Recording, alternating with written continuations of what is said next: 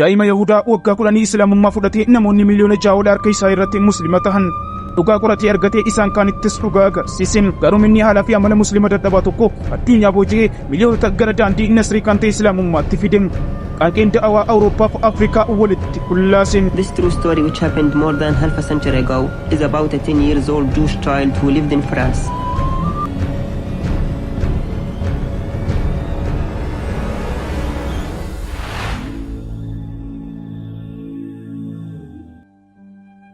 Bu'uurri seenaa kana waggoota 50 dura duubatti nu deebisee Faransaay nu keessa.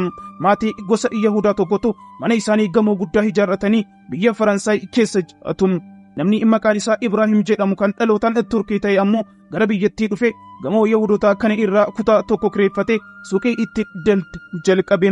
Maatii Yahudotaa kun ilma waggaa 10 jedhamu qabu turan. Daa'imni waggaa 10 kun guyyaa guyyaatti gara suuqii Ibrahim dhufuun maatii ergannaan waabbitam. Guyyaa tokko akkuma yeroo kaanii daa'imni kun suuqii kana dhufee waa bitee of irra isaadhaa deebi'aa jiru. Abbaan suuqichaa Ibrahim Jaad jedhee daa'ima kana waame. Jaad sagalee waamichaa kana dhaga'ee of irra deebi'ee yeroo kana abbaan suuqii kun akka inni waan tokko irraanfate daa'ima kanatti hime. Har'a chokkoleetii hatu dagatteetta jedheen. Jaadis baay'ee rifatee baay'ee na'eem. Wanti Jaad rifachiise waan tokkotu jira. Innis Jaad maatiin isaa ergannaan yeroo gara suuqii Ibrahim kana dhufee waa bitu yeroo hundumayyuu erga waa bitee boodam dhoksee chokkoleetii tokko hata ture.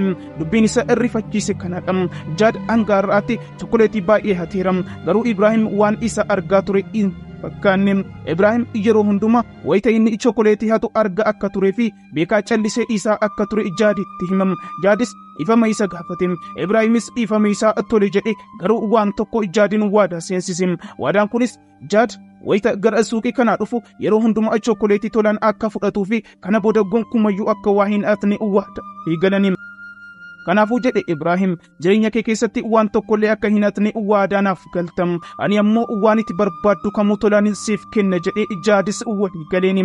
Haala kanaan waggoonni darbanii walitti dhiyeenyi isaanis baatem. Ibrahimii fi Jaad akka abbaaf ilmaatti walitti siqanii. Daa'imni Yahudaa Jaad kun waan rakkate waan isa dhiphise hundaafu gara Ibrahim deemee isa mari'atam falas argatam. Jaad waa'ee kana yeroo dubbatu cinqii kamiifuu yeroon gara Ibrahim deemu tasgabbii guddaatu natti dhaga'ama falas nan argadha jedham. Waggoonni darbanii hariiroon Jaadii fi abbaa suuqii Ibrahim muslima biyya Turkii irraa dhufee fi dulloomaa barnoota hin qabne gidduu cimee. Haala kanaan Jaad dargaggeessa ta'e. Jaad yeroo umriin isaa 24 ta'u Ibrahim ammoo 67 ga'eem. Booda Ibrahim meeshaa wayii saanduqaan qadaadee akka Jaaditti kennaniif ilmaan isaatti amaanaa kennatee osoo hin turin du'eem. Ijoolleen Ibrahim amaanaa abbaan isaanitti kenne du'e kana Jaadiin gahan. Jaadis meeshaa isaaf dhiifamee du'e kana fudhateem. Gaaf tokko rakkoon Jaadiin mudateem. Amma Ibrahim kan inni rakkoo ofii ittiin mari'atu lubbuun hin jiru. Garuu waan tokko yaadate. Kitaaba Ibrahim isaaf dhiisee lubbuun darbee yaadate. Gara saanduqa sanaatti deebi'ee kitaabicha banee ilaaluu jalqabe. Kennichi kitaaba ture. Kitaaba kana Jaad durumaan beeka. Dur yeroo daa'ima ture irraa kaase wayita Ibrahim bira dhufee suuqiidhaa waa bitaa turetti Ibrahim biratti argaa guddate. Yeroo Jaad rakkoo isa mariisisuuf gara Ibrahim dhufus Ibrahim kitaaba kana dubbisee isa gorsaa akeekaa qajeelchaas ture. Egaan ammas rakkoo isaatiif Jaad kitaabicha bane. Garuu hubachuu hin dandeenye. Kitaabni kun afaan Arabaatiin waan barreeffameef isaaf galuu hin dandeenye. Yeroosuma Jaad gara hiriyaa isaa lammii Tuuniziyaa tokko bira dhaqee kitaabicha keessaa fuula 2 akka isaaf dubbisu gaafate. Innis dubbiseef. Itti aansuun rakkina isaa hiriyaa isaaf ibsee hiriyaan isaas Jaadiif furmaata argachuu danda'e. Jaadis baay'ee ajaa'ibsifate.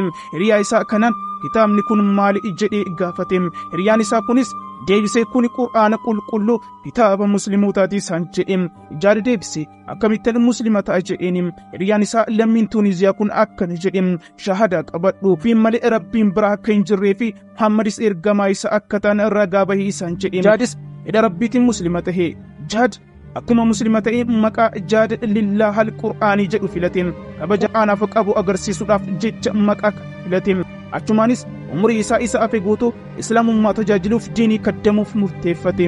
Booda Jaad lillaahal Qur'aanii Qur'aana qara'ee ofitti qabate. Hojii da'awaa yookaan gara islaamummaatti namoota waamuttis bobba'e. Awurooppaa keessa olii fi gadi socho'e. Osoo hin turin namoonni hedduun harka isaa irratti islaamummaa fudhatanii. Awurooppaa keessatti qofa Yahudoonnii fi Kiristaanonni 6,000 harka Jaad irratti shahadaa qabataniiru. Jaad guyyaa tokko kitaaba Ibraahim isaaf kennee iddoo osoo taa'ee dubbisaa jiru waraqaa tokko keessatti argamu. Waraqaa kana irra kan jiru kaartaa addunyaa ture. Ibraahim kaartaa kana irratti biyyoota Afrikaa tokko irratti mallattoo godhee ture. Mallattoo kanaan wal qabsiisee ammoo barreeffama tokko bira kaa'ee ture. Ergaan barreeffamichaas keeyyata Qur'aana qulqulluu keessaa kan fudhatame ogummaaf gorsa gaariin gara karaa gooftaa keetitti waami kan jedhu ture. Jaad ergaa kana hubate biyyoonni Afrikaa Ibraahim kaartaa irratti mallattoo itti godhe biyyoota da'awaan itti godhamuu qabu akka ta'an hubachuun namoota gara islaamummaatti waamuun hawwii Ibraahim ta'uu hubate. Kaayyoo Ibraahim kana galmaan ga'uufis murteeffatee ka'ee gara biyyoota Afrikaa kanneen akka Keeniyaa, Sudaan, Yugaandaa fi biyyoota naannoo ishii deemee gara Rabbiitti namoota waame. Gosoota Zawulaa irraa qofa namoonni miliyoona 6 ol islaamummaa harka isaa irratti fudhatanii.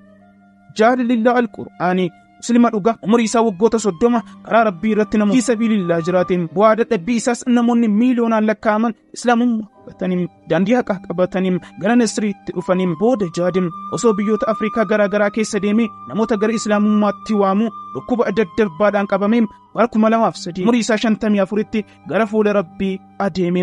Gaafa Rabbi carraa namaaf tolche akkana sababa xiqqoodhaan gara dhugaatti si waamee jiruu kee har'aaf boriisiif bareecha siif milkeessa. Gaarummaan Ibraahim akka Jaad islaamummaa qabatuu fi namoonni miliyoona 6 ol waamichi islaamummaa inni isaaniif taasise fudhatanii akka dhufan musliima ta'aniif sababa ta'e. Haala gaaroomuun kan islaamummaan itti ajaju akkana bu'aan isaas kanadha. Waa barachuun qo'achuun bilchaachuu fi dhugaa qabachuudha. Jaad islaamummaa qoratee haqa argatee milkaa'ee milkii isaan hedduutiif sababa ta'e. Yaa Jaad Rabbiin jannata al-firdoosiin si haa qanansiisu. Wassalaamu alaykum wa rahmatullahi wa barakaatuh.